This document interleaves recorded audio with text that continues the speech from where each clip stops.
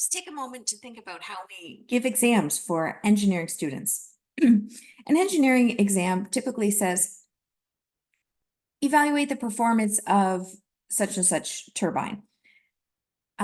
Given the inlet velocity is this, the outlet velocity is this, it's this type of turbine, and the pressure in head are these values. So then the engineering student says, I know how to evaluate that turbine. I'll calculate the efficiency. I need to calculate the power in, then I calculate the power out, and then I put one over the other, and I come up with an efficiency times 100%. There's my answer. And when we do that in first, second, and third and fourth year, we're really staying at this level.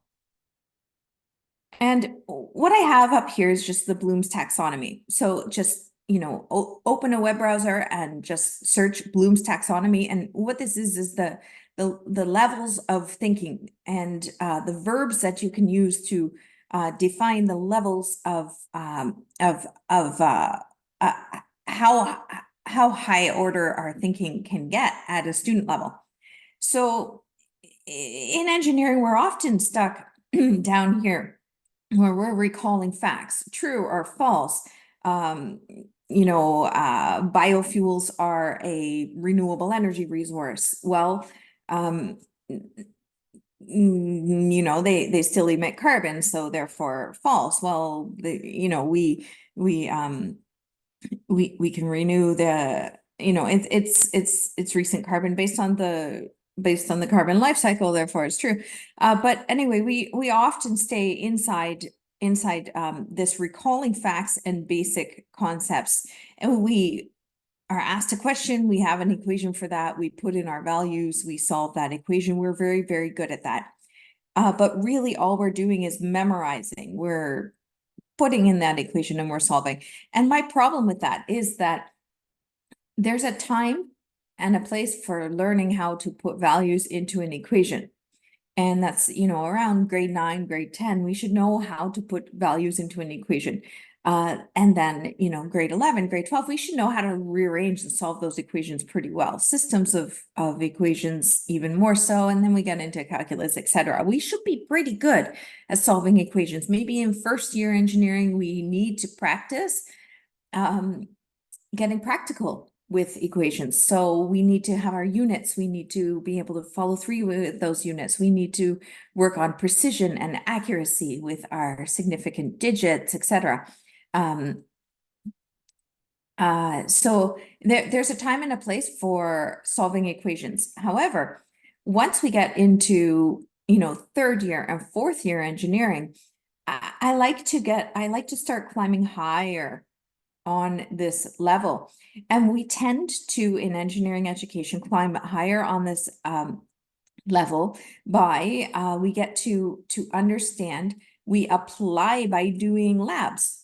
So yes, we do things with our equations in a lab setup. We're very good at that. And then we analyze those results. So we get good at this in sort of labs, but why not on exams as well? So it's been my goal is to climb this ladder of higher and higher order thinking. We're pretty good at the very top when we do sort of capstone projects, right? So we're good at analyzing with labs. We're good at creating with capstone projects. We've got that. But I like to get my third year or fourth year students to be in this evaluate stage, this fifth level higher order thinking in their final exams. I like them to appraise, to argue, to defend, to judge, to select, to support, to value, critique, and weigh. Now, let's bring it back to the first example of, a water turbine. Well, instead of, way down here, we're at the bottom with, remember, we are, instead of putting values into an equation to judge the efficiency of that turbine, I can critique two different types of turbines. And when I do that, I can critique them based on efficiency and that now I know that efficiency equation and I'm applying that efficiency equation in two different cases so that I can compare the difference between two turbines. So let me show you exactly what I mean by that. So what I use on my exams is to get into that level 5 of Bloom's taxonomy, that higher order thinking on final exams, is that this is sort of what I do. So you're going to develop an opinion and you're going to back it up with reasoning and with evidence and with all the technical information that I've taught you or that you have put effort into learning over your semester. And with that information, you can appraise, you can assess, you can critique, defend, determine, estimate, explain, grade, justify, rank, and rate these technologies, even if all of the course content was highly, highly technical. So here are the words that I actually give the verbs that I give my students in advance. Now I give my students these verbs in advance so that I can then describe to them what each of these means. So not every student in a class, and it depends on whether English is their first language or their second language as well, but they don't necessarily know what it means to cite or to distinguish or to justify. So I usually tell them what these things mean. So my students know what to expect when they go into one of these exams. So describe is writing a detailed description. Identify is, it's not as detailed as describing something. It's a single sentence or list, etc. So cite means show where you get this from. Justify, if you're going to justify something, you're going to give examples and many, many details that support that opinion or statement. Critique means make cases for and against the common perception or facts. Appraise the merits of means to identify each benefit and why it is a good thing. So I give the students this verb list in advance, and and I base this on the actual verbs that I'm going to be putting on my 3rd or 4th year engineering exam. Now, it's hard to understand what these higher order thinking exams look like, but here are some of the questions. So let me show you one that's really technical. Describe how fuel cells work. So this one is fuel cells. Now fuel cells, this is about 6 weeks of intense mathematical content here for fuel cells. But here they are going to describe how fuel cells work. Well, if you are given this open-ended question, describe how fuel cells work, you're going to be talking about the electrons flowing, the anode and the cathode, and you have to describe that whole process. But describing that whole process makes you know more about fuel cells than true or false questions about what happens to the electron at the anode versus what happens to the electron at the cathode. And that's memorization. That's a very low order thinking. Being able to describe how a fuel cell works could be a paragraph, 2 paragraphs with visuals, with equations, with examples. Everything you need to describe how that works. You have to know that system inside and out. That is very high order thinking. Identify applications and adoptions for 2 different types of fuel cells. And here I've said 2 different types of fuel cells. This means that the students have had to study not only how the fuel cells work, but they've had to study all the different types of fuel cells. And being able to defend why are they the best choice for an application based on its performance is very high order thinking, because they have to know how it works. They have to know if this is for a hot environment or a colder environment. They have to know if this is a quick start fuel cell or a slow start fuel cell. They have to know if the membrane breaks down, etc. They have to know so much just to be able to choose 2 different types of fuel cells for applications. And I'm letting them choose the applications. So I don't I don't have to say a fuel cell will be used for a remote power application. Choose the fuel cell that is best for this, A, B, C, or D. they're going to find those applications. They have to know all the applications of fuel cells in order to answer this question. They need to know the types of fuel cells, and they need to know what those fuel cells are good and bad at. Additionally, they had to know how fuel cells work. Okay, compare and contrast fuel cell technology against electrical and conventional combustion. Well, in this course, you have to know about conventional combustion, about electrification going forward. This gives those students some practical viewpoints to understand the industry they are going into. We're not just stuck in the world of putting in number of coulombs traveling through contained current carrying conductor. That's not applicable to the real world. Our students will come out knowing where fuel cells actually place in whatever region you're teaching for. Defend whether fuel cells will be part of Ontario's low carbon future. Now you can see that I have developed this for Ontario. This is for students who will go into Ontario's straight into Ontario's economy. So where are our fuel cells? If we stay in the equations and the efficiency calculations for fuel cells and how they work, that very low order thinking that we would give maybe a first-year student, then I really don't know where the big picture of what fuel cells are going to do in the work environment that I'm about to be graduating into. And of course, for every question, you need to cite published resources to support your answer. So that's how this type of question works. Here's a really nice one that gets pretty technical. Quantify with numbers and units the amount of carbon dioxide in the Earth's atmosphere between 1000 AD and 2023. Cool. When you do that, you can really see what's happening. So list at least 2 human activities that have influenced this trend with approximate dates. So the student will bring up this trend, they'll show this trend, they'll say, whoa, here's the big difference. Here's what happened. Oh my goodness, here's the Industrial Revolution. That's better than click on, choose some things that affected, carbon in the atmosphere, A, Industrial Revolution, B, etc.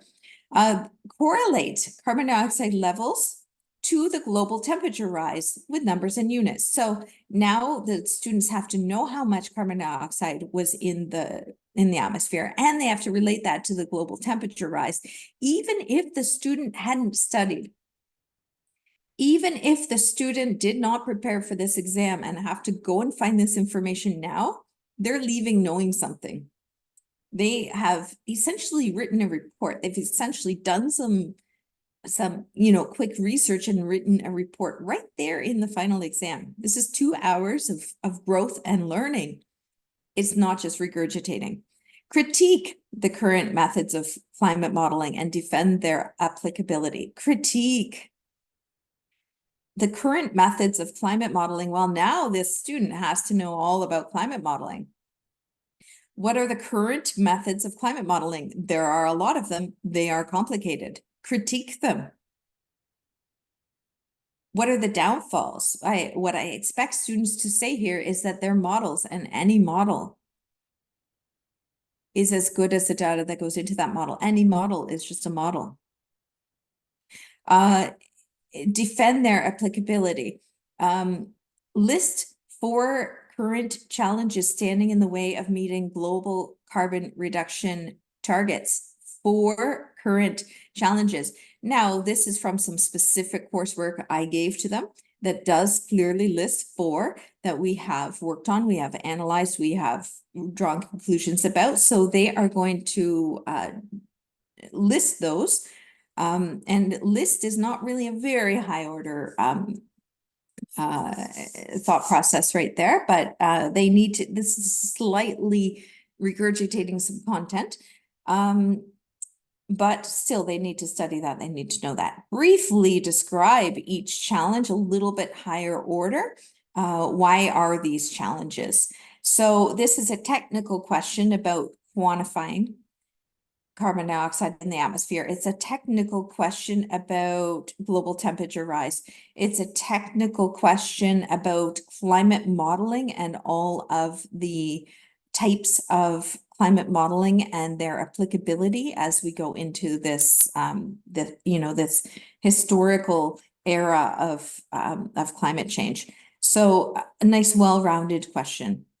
I'm going to show you just one more of these exam types of these higher order thinking engineering exams. Let me see a nice one.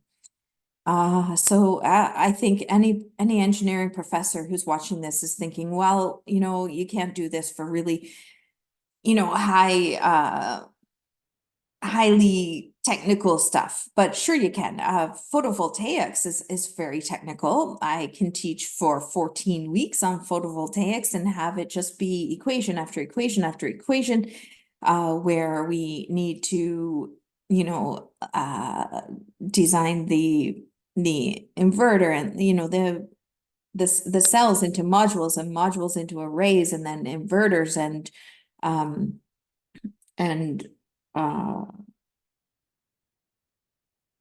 all of the parts in the solar system, whether they are grid tied or off grid. So just looking for one of them here. Let me see. Let me give you a different one. So let me give you a good technical one. Here's one. So I have this for off grid and I have it for grid tied above here. This is a highly technical question, but it's done in a very high order thinking way. Okay, let's do off grid, for example. So I say use Google Earth or Google Maps to locate this address and this address. So I've chosen two addresses that are slightly different. They have a different azimuth angle and a different solar direction and a little bit of shading on one of them, no shading on the other one. There's an address that's pretty good for solar and there's an address that's a little bit worse for solar. Contrast both homes in terms of applicability to solar. Well, here, this would replace all of my questions, multiple choice, whatever, about how you mount solar, the roof angle, the shading, the effects of shading, the azimuth angle that they're tilting on or that they're pointing towards, etc. In order to contrast two addresses, you really have to know about a good solar installation location. And like where they are versus the equator, etc. And then I'm going to have them choose one home. Now, everybody in the student is choosing a different place.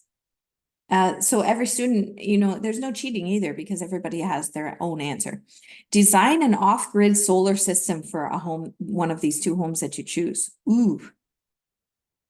That means entirely design a system. Be sure to accurately specify appropriate PV modules from Canadian Solar. I just chose a company there. Specify the array connections, the charge controller, the inverter, and the battery bank. Now, you don't do those things by just going and choosing from a list. You have to do all of the calculations in order to choose an appropriate charge controller. And you first have to go and find an appropriate PV module. Then you have to calculate the array. How many solar panels are you going to use? The chart and they have to do this based on square footage of this house because that's all they have is the address and the location. Specify the array connections and then you have to calculate which charge controller to put with the arrays you've made, and you have to find an appropriate inverter for the charge controller, and you have to design that battery bank. We have quite a few calculations for designing battery banks. Now, at this point, every student has a different answer. Some of them will be comprehensive and some of them will not be. The ones that are comprehensive, of course, there's a rubric attached to these, will get a higher grade. But they're not copying from each other. They really can't.